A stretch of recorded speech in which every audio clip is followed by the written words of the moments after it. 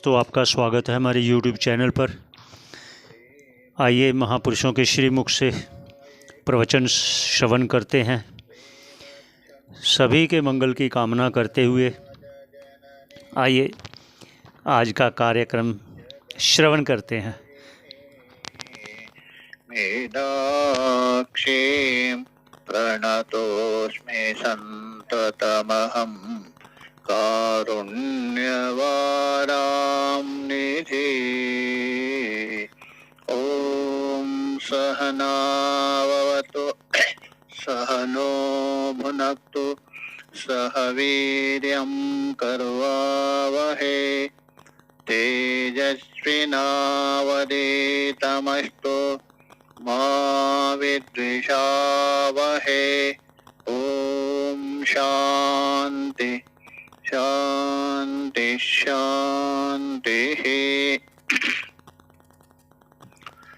भगवान की असीम कृपा से और महापुरुषों के अनुग्रह से हम लोग भगवती श्रुति जो कैवल्य उपनिषद है उसको लेकर विचार कर रहे हैं। तो यहाँ तक विचार हुआ एक ही परमात्मा है, अद्वितीय है। वो अनेक रूप कैसा हुआ, संग आदि कैसा हुआ, ये जो जिज्ञासु की जिज्ञासति। तो यहाँ श्रुति ने उत्तर दिया, उस परमात्मा की एक शक्ति है अचिंत्य रचना, माया शक्ति है, मूला विद्या कहा दिया है। उसके द्वारा वो अनेक रूप धारण करता है। बृहदारण्यक में भी आया है, इंद्रो माया भी पुररूपो ईयते। वो इंद्र है। इंद्र का मतलब ये नहीं इंद्र स्वर्ग का जो मालिक है, वो इंद्र नहीं लेना। इंद्र का मतलब है स्वतंत्र सामर्थ्यवान। इंद्र ऐसा कोई नहीं किसको पेटेंट है, ऐसा नहीं है, यही होना चाहिए करके। इंद्र का मतलब है समर्थ। हम भी इंद्र है महाराज, ये कैसा हम भी इंद्र है? हाँ इंद्र है, इसमें कोई संशय नहीं, हम इंद्र है। हम यदि इंद्र ना हो तो हमारे इंद्रिय कैसा बनेंगे? बोलते ना हमारे इंद्रिय है, 5 ज्ञान इंद्रिय है, 5 कर्म इंद्रिय। तो इंद्रिय क्यों कहा दिया, क्यों नाम पड़ा उसका? इंद्र है। इंद्र का मतलब समर्थ, इस शरीर को चलाने वाला, शरीर का मालिक है, शरीर का प्रभु है। क्योंकि जो शरीर में है ना, नाटक हो रहा है, उसका मालिक है, लाभ हानि मिलता है उसमें। जैसा मान लीजिए यहाँ नाटक होता है अथवा कोई कार्यक्रम होता है, नाचने वाले कोई अलग होते हैं, बजाने वाले कोई अलग है, देखने वाले कोई अलग है, और उसका एक मालिक रहता है, नाटक मंडली चलाने वाला। और उसके बाद एक मर्क्यूरी लाइट रहता है, उसको प्रकाशित करने वाला। वैसे ही हमारे शरीर में भी चल रहे हैं नाटक।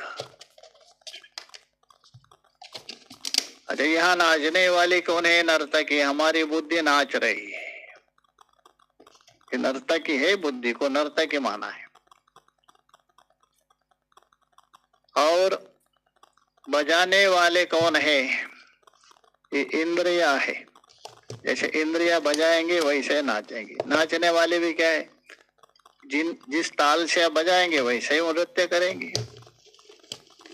वैसे ही इंद्रिया है, ये सब संगीत बजाने वाले। और देखने वाले कौन सभासद, ये विषय है सभासद है।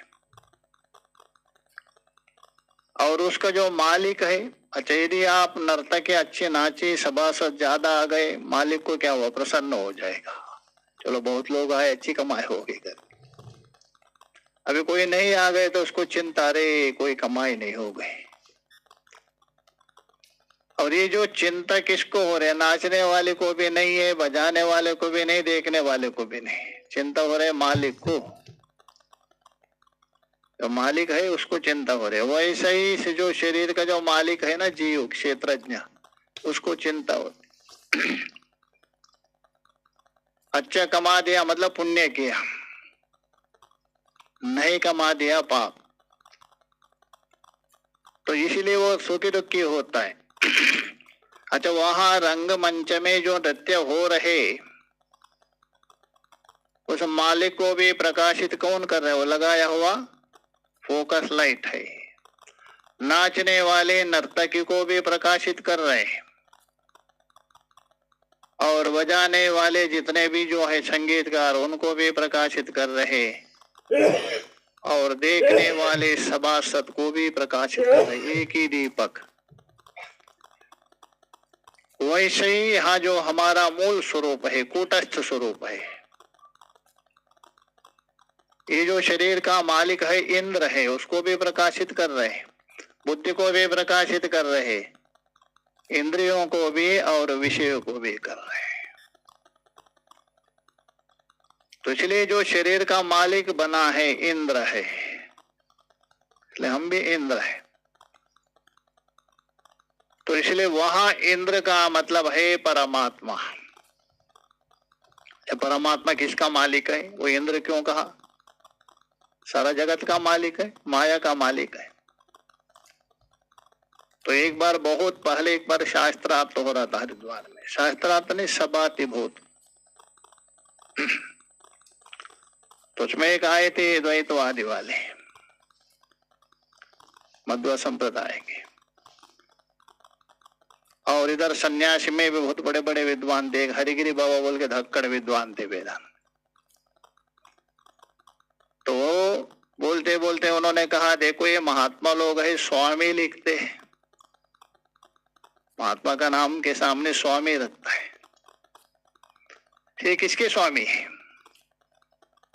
स्वामी होते हैं जिसके पास घर बार हो, धन हो, संपत्ति हो, ये इनके पास कुछ नहीं, ये तो कंगले है, स्वामी किसके है, स्वामी तो आप लोग हैं, आपके पास मकान है, घर है, पुत्र है, संपत्ति सब कुछ है, इसलिए स्वामी है, और आप लोगों का स्वामी हम हैं, उन्होंने कहा। किंतु ये सन्यासियों के पास कुछ नहीं। तो बाद में जो हरिगिरी बाबा का प्रसंग आ गया बोलने का, उन्होंने कहा, इन्होंने बिल्कुल ठीक बता दिया, आप लोग स्वामी हैं, धन है, संपत्ति है, सब कुछ, और आप लोगों का स्वामी है ये जो माधवाचार्य, और उनका स्वामी है हम, उनका स्वामी है। या स्वामी का मतलब स्वामिन ऐश्वर्य, एक व्याकरण में आता, सारा जो ऐश्वर्य, ऐश्वर्य का मतलब ये नहीं लौकिक संपत्ति नहीं, मानुष वित्त नहीं है, उसको ऐश्वर्य नहीं माना जाता। तो भगवान का जो लक्षण किया है ना, षडैश्वर्य युक्त को लेके, वो मानुष का नहीं गिना दिया, मुख्य रूप से दैवी संपत्ति है। वास्तव में स्वामी वही है जिसके पास दैवी संपत्ति हो। गीता के 16वें अध्याय में बता दिया, अभयम सत्व संशुद्धि करके। तो इसलिए भगवान के पास सब कुछ है, शरणाम भगईरितः, इसलिए वो स्वामी है, इंद्र है। तो इंद्रो मायावी पुरुरूपो ईयते, परमात्मा ही अनेक रूप धारण किया है, परमात्मा ने है एक, वो अनेक भी हो सकता है। वैसे ही आश्रुति भी बता रहे, अरे पूर्व पक्षी जी, तूने आक्षेप तो किया बहुत, सुनो। एक परमात्मा होने पर भी जो माया शक्ति कहिए, अविद्या शक्ति कहिए, उसके वो अनेक रूप हो सकता है, कोई आपत्ति नहीं। और उसके बाद वो वाच्य वाचक भी बनता है, वाच्य भी बनता है, वाचक भी बनता है। और उसके बाद वो जो अविद्या के द्वारा स्वयं जीव बन करके एक प्रकार से भ्रमित भी होता है। तो कल ही बताया था वो कौन है, कार्या विद्या है वो, उसके द्वारा वो जीव बन के, ठीक है। जैसा मान लीजिए आप जितना जितना गंगा जी जो गंगोत्री से आ रहे, गोमुख से आ रहे, शुद्ध है, निर्मल है, पवित्र है।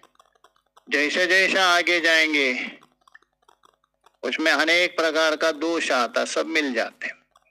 वैसे